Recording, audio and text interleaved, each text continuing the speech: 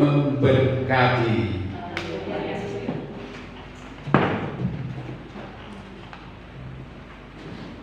Kita buka Alkitab kita, Lukas pasal 22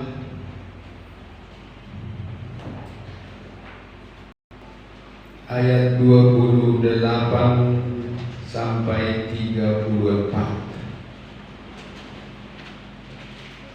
Lukas 22 ayat 28 sampai 34. Kita baca bergantian. Saya terlebih dahulu.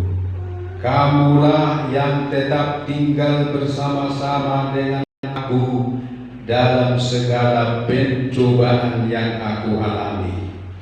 Dan aku menentukan hak kerajaan kamu, sama seperti Bapakku menentukannya bagiku.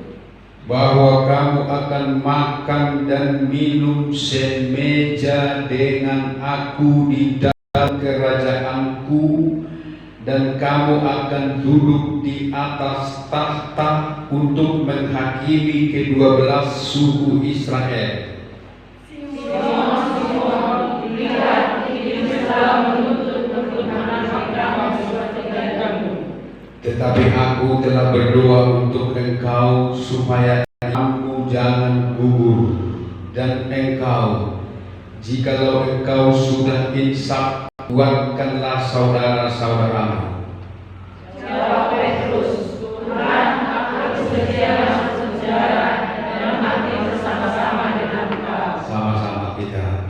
Tetapi Yesus berkata, aku berkata kepadamu, Petrus, hari ini ayam tidak akan berkokok sebelum engkau 3 kali menyangkal bahwa engkau mengenal aku. Amin.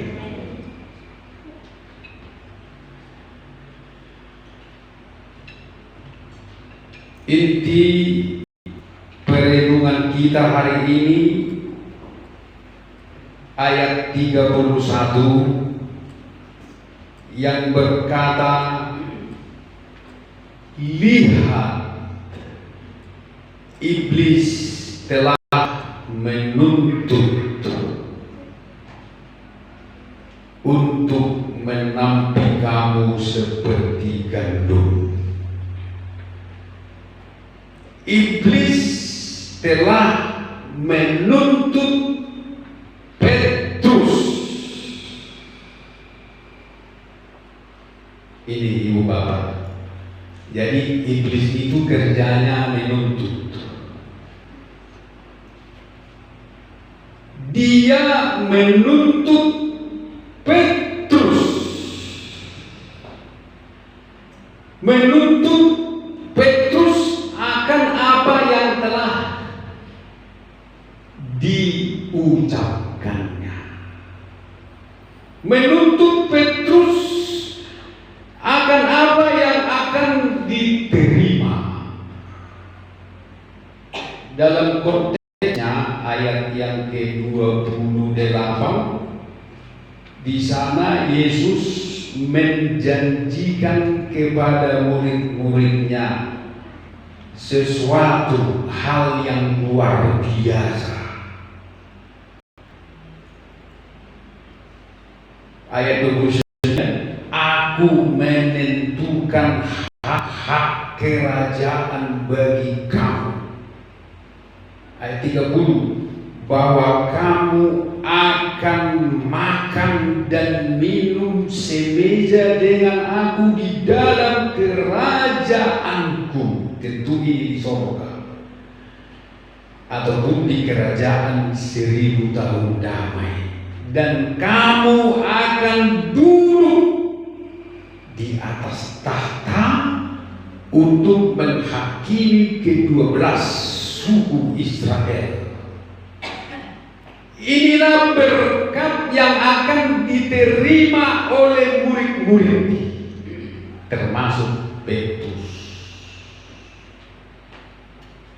Tetapi ketika Yesus membicarakan itu, tiba-tiba Yesus menunjuk dan berkata kepada Petrus, padahal janji ini bukan hanya kepada Petrus, kepada mereka yang 12, termasuk Judas.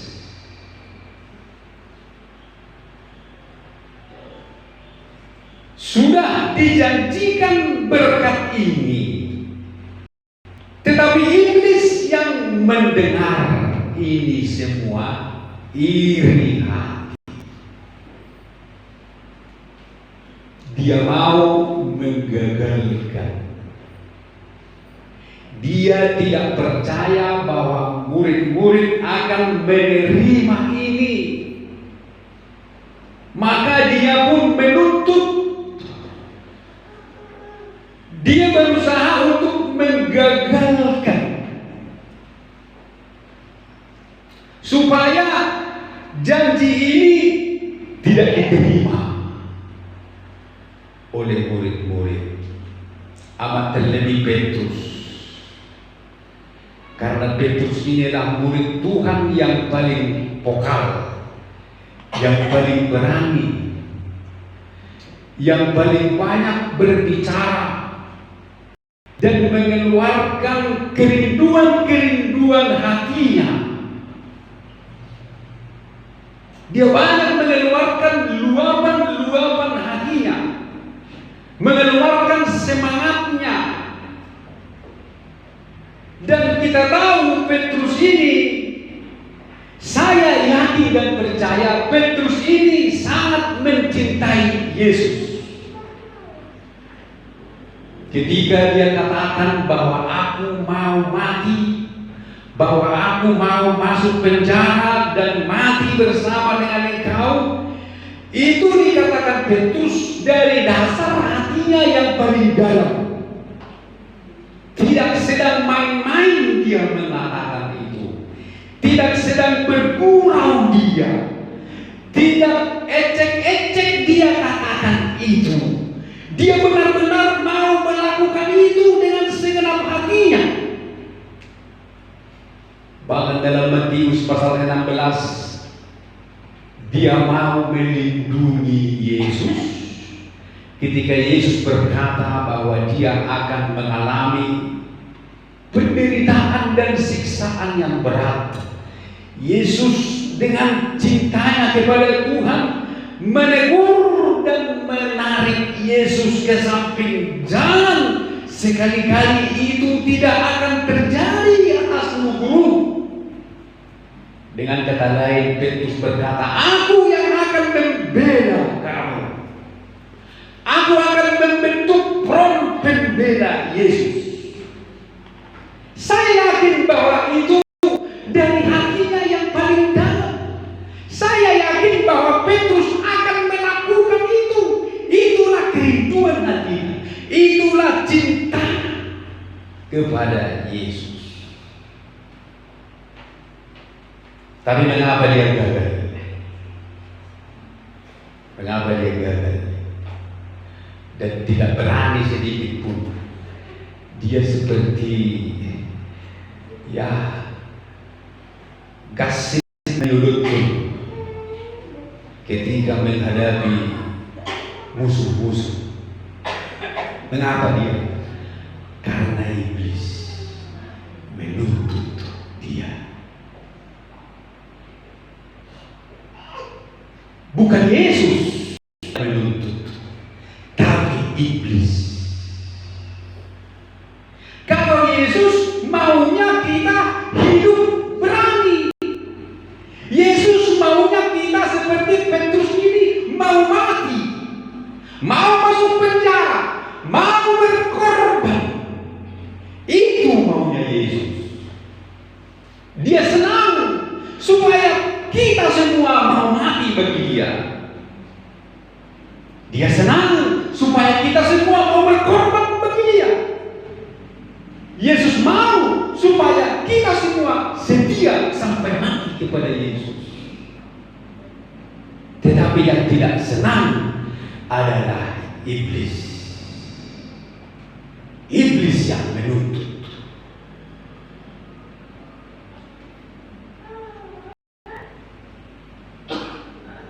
Menurut ibu bapak, Ayub itu, Ayub, tahu si Ayub, si Job?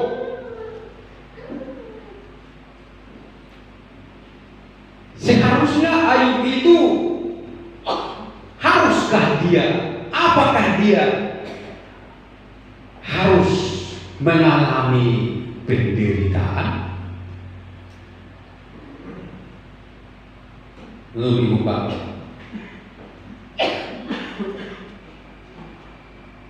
haruskah Ayub itu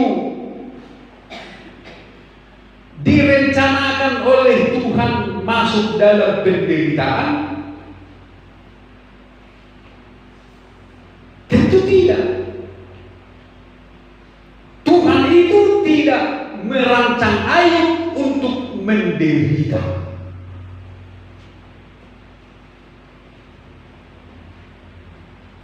Tetapi kenapa dia menderita?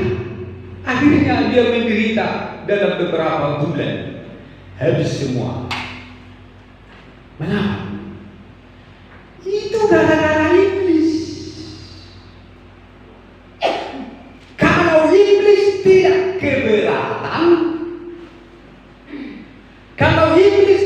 keberatan, Ayub akan aman-aman saja. Amin. Kerinduan hati Tuhan supaya Ayub diberkati.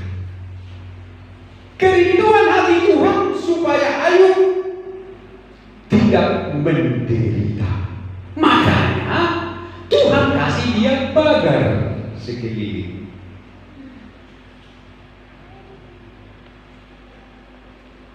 Tuhan kasih dia pagar, Tuhan lindungi dia, Tuhan berkati dia. Dia buat si Ayub menjadi kaya raya. Yang mau kaya raya katakan amin. Amin. Apa itu? Karena Tuhan mengasihi Ayub, maka dia pun diberkati Tuhan dengan luar biasa. Jadi Ayub itu diberkati Tuhan bukan karena dia saleh, bukan karena dia menjauhi kejahatan, bukan karena dia jujur, bukan karena dia takut akan Allah, makanya dia diberkati.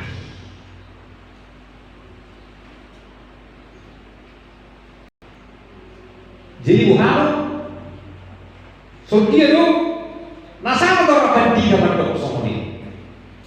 Dah. Ayub itu lebih dahulu dia diberkati, lebih dulu dia dibagari Tuhan, lebih dulu dia dijaga dan dibuat Tuhan kaya. Barulah dia saleh dan jujur.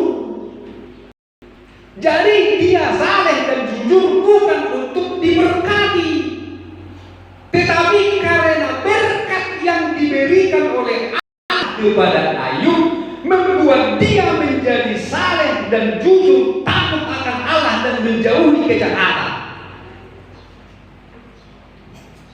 Itu ibu bapak. Dan itu juga diakui oleh iblis. Iblis juga tahu itu. Dalam Ayub pasal 1, saya baca Ayub pasal 1 ayat 1. Ada seorang laki-laki di tanah Uz bernama Ayub. Orang ini saleh dan jujur. Ia takut akan Allah dan menjauhi kejahatan. Itu ayat 6. Pada suatu hari datanglah anak-anak Allah menghadap Tuhan, dan di antara mereka datanglah juga iblis. Jadi iblis menyusup di di antara anak-anak Tuhan. Maka bertanyalah Tuhan kepada iblis, dari mana engkau? Lalu jawab iblis kepada Tuhan, dari perjalanan mengelilingi dan menjelajah bumi.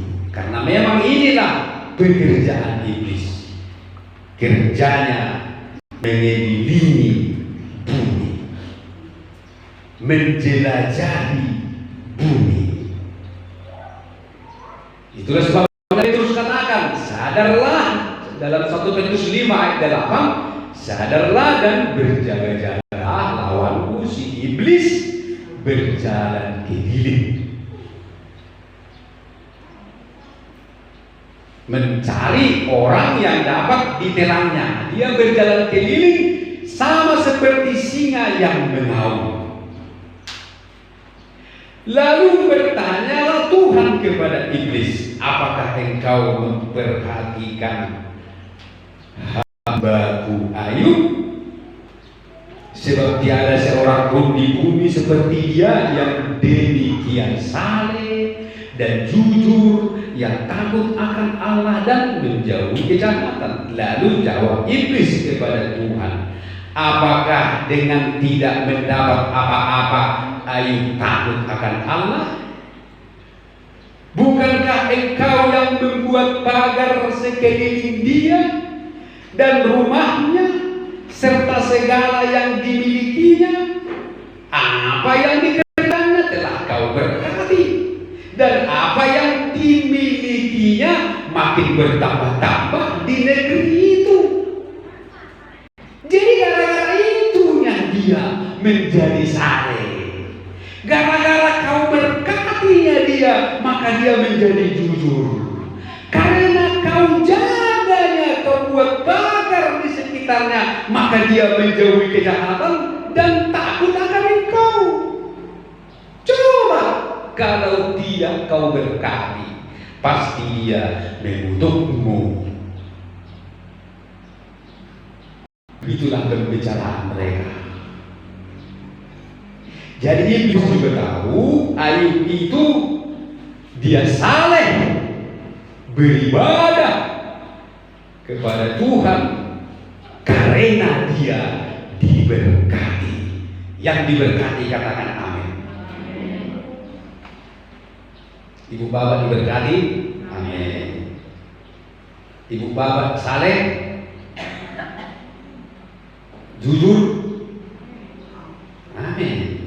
Ano pula may ilamu? Taka to dituntut. Itu si Buisa. Jadi ibu bapak terus sekalian, hendaknya berkat Tuhan yang kita terima haruslah membuat kita saleh, harus membuat kita beribadah. Semakin banyak kita diberkati Tuhan, harus kita semakin banyak beribadah. Amin. Jangan justru sebaliknya.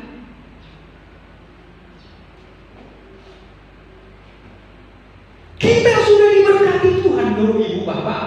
Kita diciptakan, kita diberi napas, kita diberi panca indera yang lengkap. Kita bisa pipis, kita bisa BAB. Itu berkat Tuhan. Haleluya. Ada seorang bapak yang umurnya sudah tua, 70-an. Suatu hari dia tidak bisa pipis. Maka dia berobat ke dokter, lalu diperiksa, rupanya saluran kencingnya bermasalah dan harus dioperasi. Dan dioperasilah dia, dan setelah selesai dioperasi, bayarannya pun mahal sekali. Lalu dokter memberi tagihan, ini biaya operasimu sekian juta. Lalu bapak itu pun menerima tagihan itu dan dia menangis sangat sedih, menangis tersenyum-senyum. Lalu dokter pun berkata, kenapa bapak menangis? Kalau memang itu terlalu mahal, baiklah kita minta keringanan, rumah sakit memberikan. berkata, aku menangis bukan karena tagihan ini, tapi aku menangis merenungkan kasih Tuhan. Selama ini aku bisa pipis tanpa bayar, katanya. Tetapi sekarang untuk bisa pipis aku harus bayar sekian ratus juta. Dulu ketika aku bisa pipis gratis. Lalu dia menangis. Kita sudah diberkati Tuhan dengan keselamatan. Dia memberikan Yesus Kristus anaknya yang tunggal untuk menyelamatkan kita. Masih kurangkah berkat Tuhan buat kita?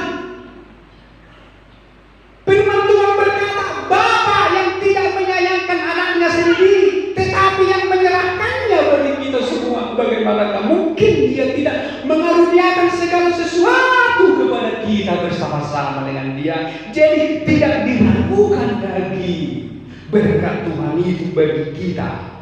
Hendaknya kita harus saleh, kita harus seperti Ayub. Berkat Tuhan itu mendorong kita beribadah. Berkat Tuhan itu mendorong kita beribadah. Jangan justru berkat Tuhan menghambat kita tidak beribadah.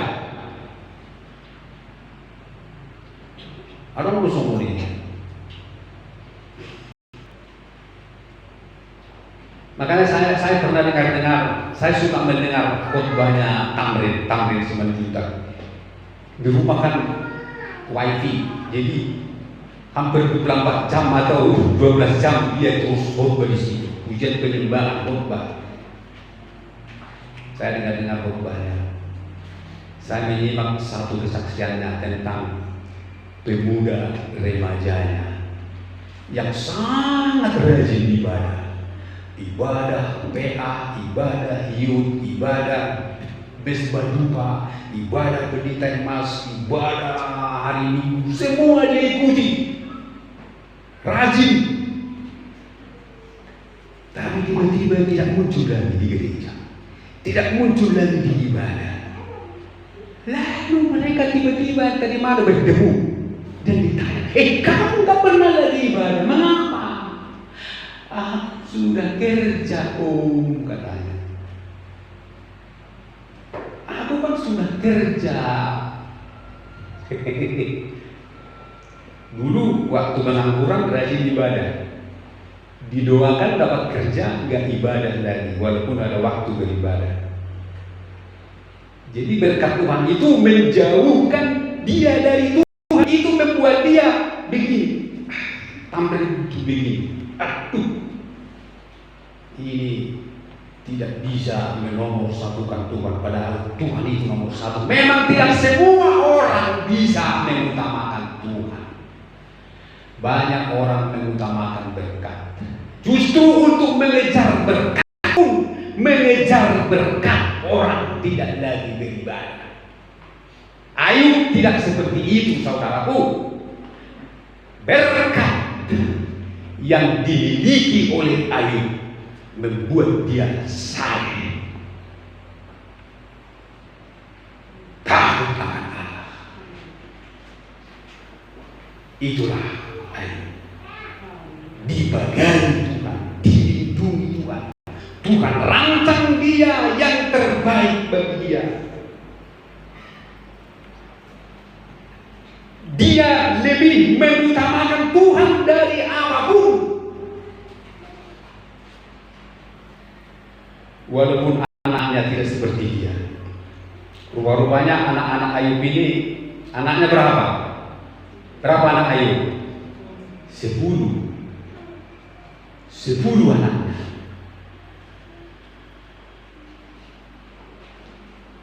Anak-anaknya ini karena mereka kaya, tiap bulan mereka pesta,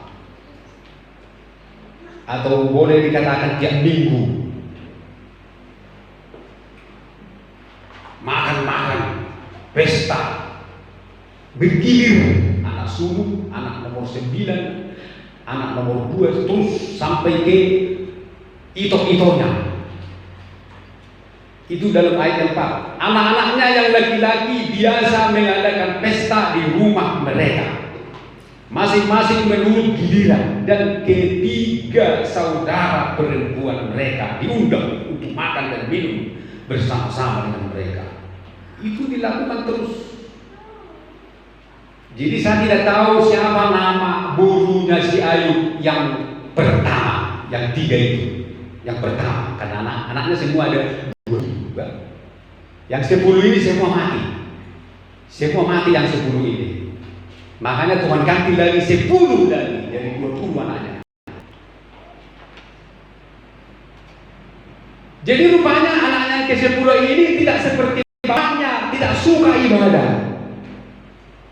Sukanya pesta, makan-makan, bergilir, hura-hura. Jadi Ayub yang begitu saleh merasa, oh kalau pesta pasti ada dosa. Anak-anakku sekarang berpesta, pasti dia si Ayub diundang. Ma, ikutlah pesta dengan kami. Tapi Ayub tidak mau. Ayub lebih suka tinggal di hadirat Tuhan. Amin. Amin. Itu tidak mungkin anaknya pesta nggak diundang bapaknya kan? Ayub suka tinggal di hadirat Tuhan. Dia merenungkan anak-anaknya sekarang sedang berpesta. Pasti dalam pesta itu mereka berdosa, karena dalam pesta rentan dosa. Apalagi pestanya anak bapak, rentan dosa. Kalau di pesta hijau, pung udah jadi dahulu. Mengarah Tuhan digudang Tuhan itu, oh pung, nggak dosa. Yang mesti pestai, akka pelean doang, akka dia doang, akka si jagar doang segala macam kan, nggak dosa. Ditambah lagi di pesta itu ada hawa nafsu, kedagingan, poco-poco, disko, joget dan lain sebagainya. Nggak dosa sebetulnya. Mulai si Ayub, kalian mulai kita nang dosa lebih. Amin. Si Ayub dulu saya makanya dan orang si Ayub. Justru dia mau membuat sebuah pengakuan kepada Tuhan. Dia berpikir, anakku ini pasti sudah berdosa mereka, maka aku akan melunakkan hati Tuhan. Aku akan buat korban persembahan menurut jumlah anaknya. Anakku 10, maka 10 korbannya dia persembahkan kepada Tuhan. Tuhan, anakku baru berpesta. Aku menduga mereka dalam pesta itu berbuat dosa, atau mengutuki Engkau, atau mereka hidup dalam kedagingan. Maka inilah korbanku untuk anak-anakku. Ampuni mereka Tuhan. Di hatinya hanya ada ibadah kepada Tuhan, walaupun dia kaya raya. Jadi orang kaya raya beribadah. Apalagi yang miskin, yang haruslah beribadah. Amin. Yang kaya raya saja beribadah, apalagi yang miskin.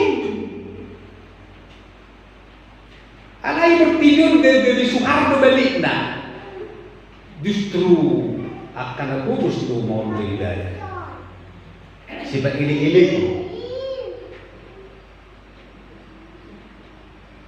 Nah ini dalam 5.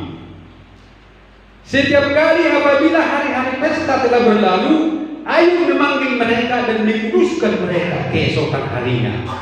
Pagi-pagi bangunlah Ayub, lalu mempersembahkan korban bakaran sebanyak jumlah mereka sekalian, sebab pikirnya mungkin anak-anakku sudah berbuat dosa dan telah mengutuki Allah di dalam hati. Demikianlah dilakukan Ayub senantiasa. Jadi kalau setiap minggu anak-anaknya berpesta, setiap minggu dia melunakkan hati Tuhan. Di pikirannya hanya ada Tuhan. Karena hartanya, berkat Tuhan mendorong dia cinta Tuhan.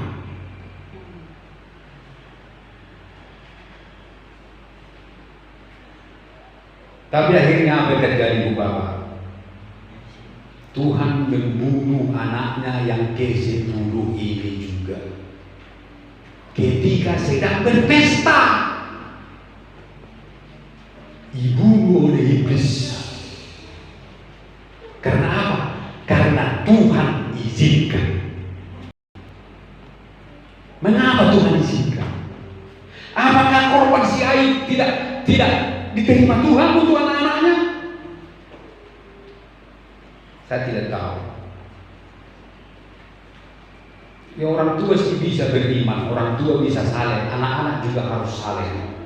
Dosa ditanggung masing-masing. Maka inilah kematian anaknya yang ke-10.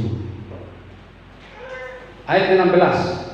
Sementara orang itu berbicara, ayat 18. Sementara orang itu berbicara, datanglah orang lain dan berkata. Ini berkata kepada Ayub, hambanya ini, dengan napas yang terengah-engah berlari, membuat orang kepada Ayub, berlari dia menuju rumah Ayub dan berkata, Tuhan Ayub, anak-anak Tuhan yang laki-laki dan perempuan sedang makan-makan dan minum anggur di rumah saudara mereka yang sulung. Maka tiba-tiba angin ribut bertiup dari seberang pada gurun. Rumah itu dilandanya pada keempat penjurunya dan roboh menimpa orang-orang muda itu sehingga mereka mati. Jadi mati semua yang 10. Ya, mati semua. Itu siapa yang mematikan? Iblis. Apakah itu direncanakan Tuhan? Tidak.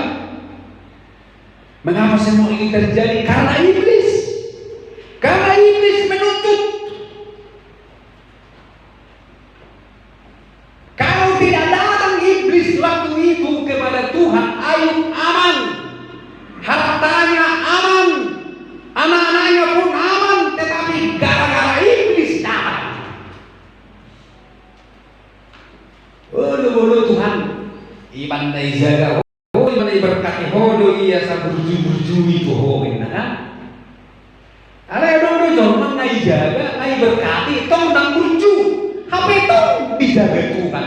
Tong sedang bersyukur. Ayo pada orang. Amin. Amin. Si Ayub dijaga, diberkati, dilindungi, ditambah-tambahi rezekinya, ditambah-tambahi hartanya, maka dia pun menjadi saleh dan takut akan Tuhan. Lalu iblis iri hati akan berkat-berkat yang diterima oleh Ayub. Iri hati iblis, maka dia pun menuntut supaya Ayub diuji. Makanya dari Petrus pun dituntut.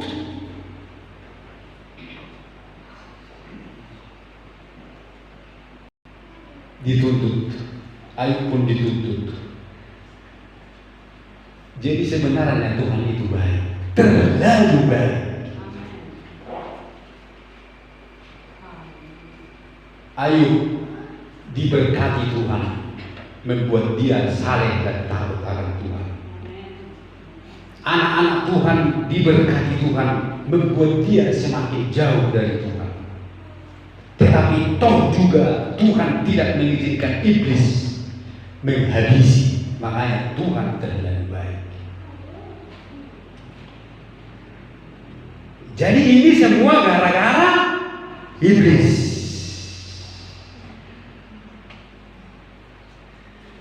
Ayat yang 11.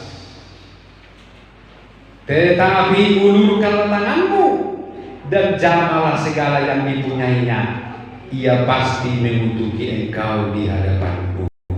Maka firman Tuhan kepada iblis, segala yang dipunyainya ada dalam kuasa. Hanya janganlah engkau mengulurkan tanganmu terhadap dirinya. Kemudian pergilah iblis dari hadapan Tuhan melakukan aksinya. Dan mau terbayar dalam kurung banyak. iblis segera, karena sudah diberi Tuhan kesempatan, maka tidak lama-lama terjadilah penghancuran besar-besaran dibuat oleh iblis. Apa itu penghancurannya?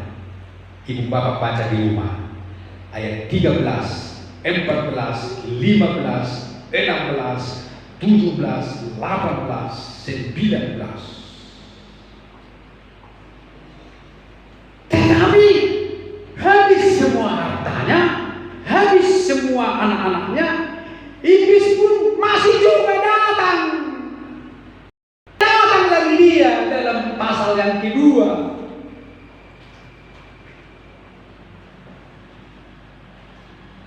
Pasal 2 ayat 3. Pasal 2 ayat 1. Pada suatu hari datanglah anak-anak Allah menghadap Tuhan, dan di antara mereka datang juga iblis untuk menghadap Tuhan. Karena tiap minggu anak-anak Tuhan harus beribadah. Tiap minggu anak-anak Tuhan harus menghadap Tuhan. Maka iblis duduk di sana menghadap Tuhan tiap minggu itu. Maka bertanyalah Tuhan kepada iblis, dari mana engkau? Lalu jawab iblis kepada Tuhan, dari perjalanan mengelilingi dan menjelajah bumi. Firman Tuhan kepada iblis, apakah yang kau perhatikan adalah wahyu? Sebab tiada seorang pun di bumi seperti dia yang demikian saleh dan jujur, yang takut akan Allah dan menjauhi kejahatan. Ia tetap teguh dalam kesalehannya, meskipun engkau telah membujuk aku melawan dia untuk mencelakakannya tanpa alasan. Jadi iblis inilah ibu bapak yang jahat sama kita, bukan Tuhan. Tuhan itu baik sekali. Dia mau mati untuk kita di kayu salib. Apakah itu kurang baik? Tetapi iblisnya yang membujuk-bujuk Tuhan untuk mencelakai anak-anak Tuhan, untuk membuat rugi anak-anak Tuhan, untuk membuat anak-anak Tuhan bergebor-gebor. Maka iblis membujuk Tuhan supaya anak-anak Tuhan sakit, sial. Maka kita jangan ada seperti sifat iblis. Kalau di luar sana banyak seperti sifat iblis. Iblis itu apa? Iblis itu susah melihat orang senang, tapi senang melihat orang susah. Itulah iblis. Jadi kalau kita lihat kawan kita senang, jangan kita bujuk orang membuat dia supaya susah. Misalnya begini, kita tanya teman kita, ayo mau cerita hila, ngayon, ngayaraw ako na, ngayon, ngay bonal utang ngay, ay dia balik dia utang ina, tangpulay naman may gratis pinahuin na kan, jamo. Dahului tahu.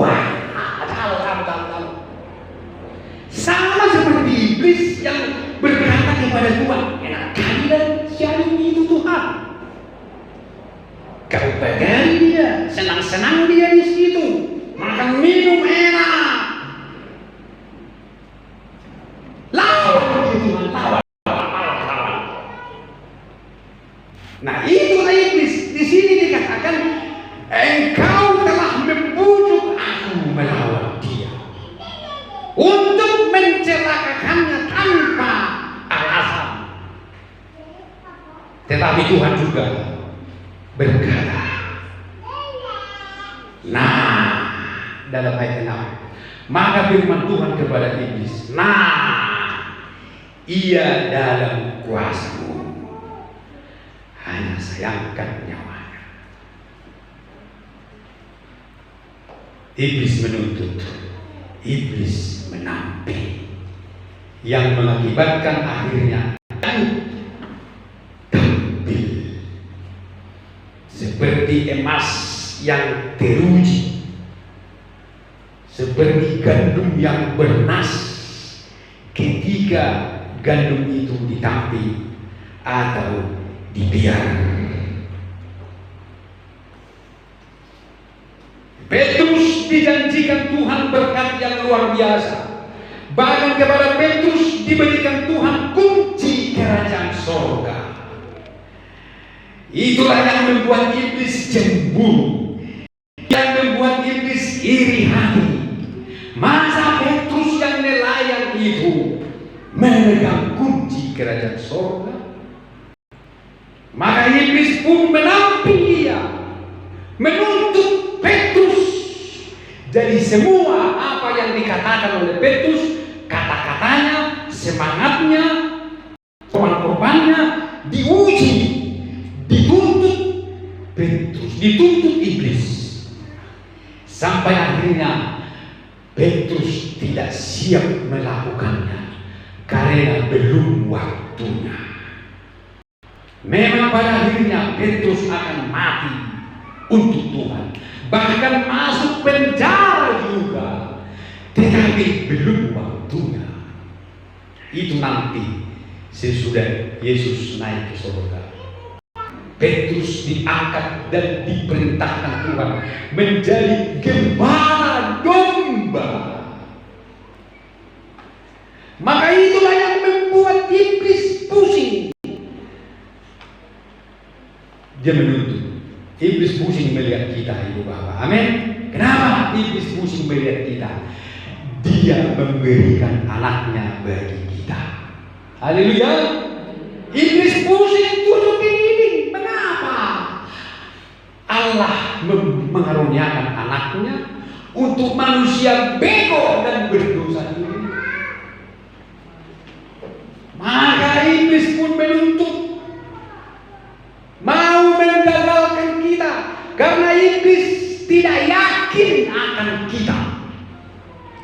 Dia tidak yakin bahwa manusia itu tahan uji, karena dia sudah pengalaman berhasil menguji, mencoba, menggoda Hawa dan Adam.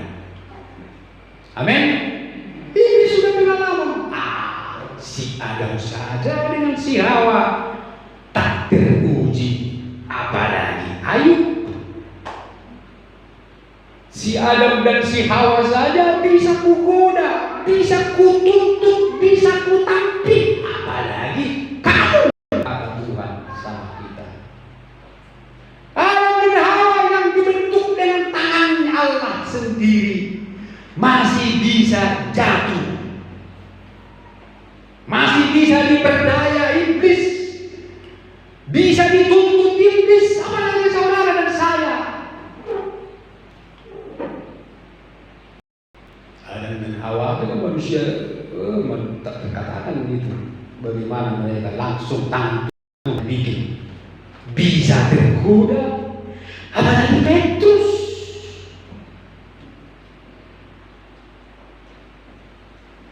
Petrus yang hanya modal semangat 45, hanya modal kata-kata, tidak ada perbuatan Petrus, hanya kata-kata saja. Maka kata-katanya pun dituntut.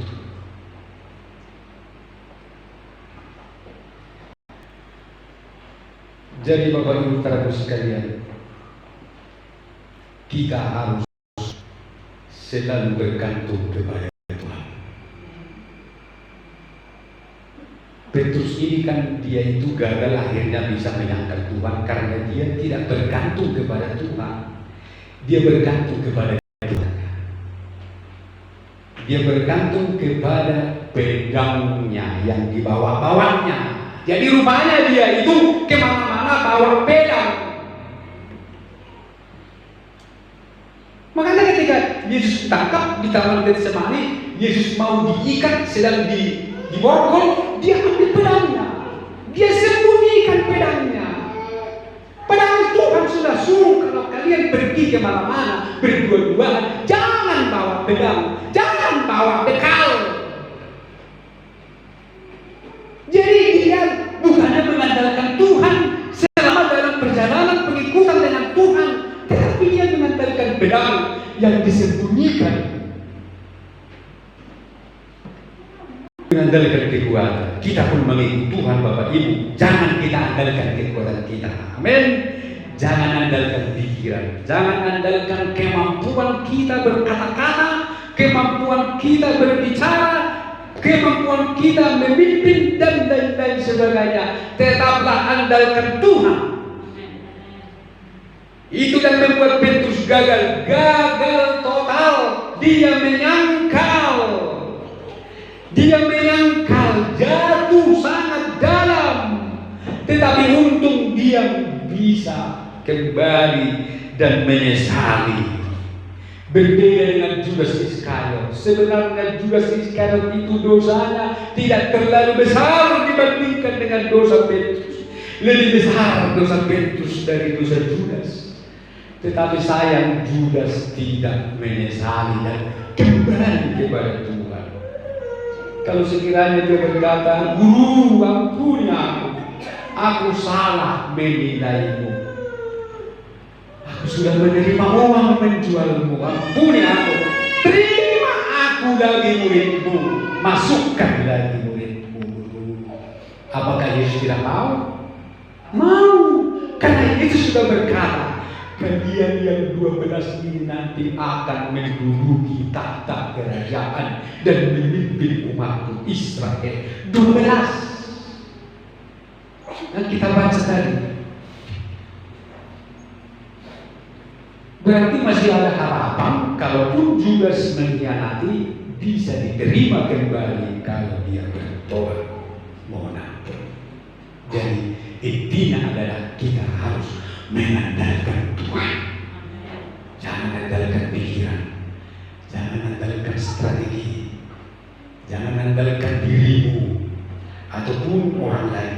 Kita andalkan Tuhan, maka kita akan mencapai tujuan kita. Mari kita bangkit berdiri, kita menyanyi. Kekuatan di hidupku ku dapat dalam Yesus.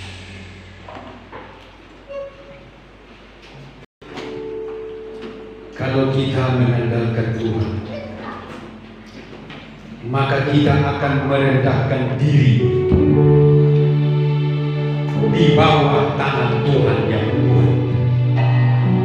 Dan dalam Petrus 5 ayat 6 Petrus berkata, karena itu rendahkanlah dirimu di bawah tangan Tuhan yang kuat, supaya kamu ditinggikannya pada waktunya.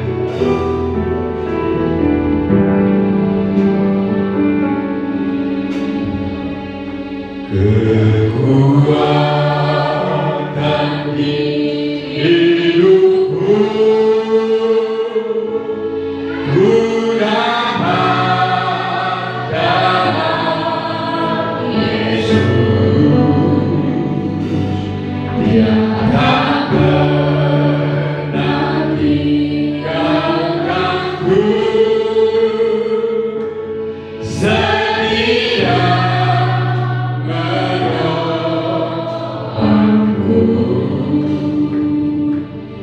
berseru berharap dalam Yesus. Kekuatan di hidupku ku dapat dalam Yesus.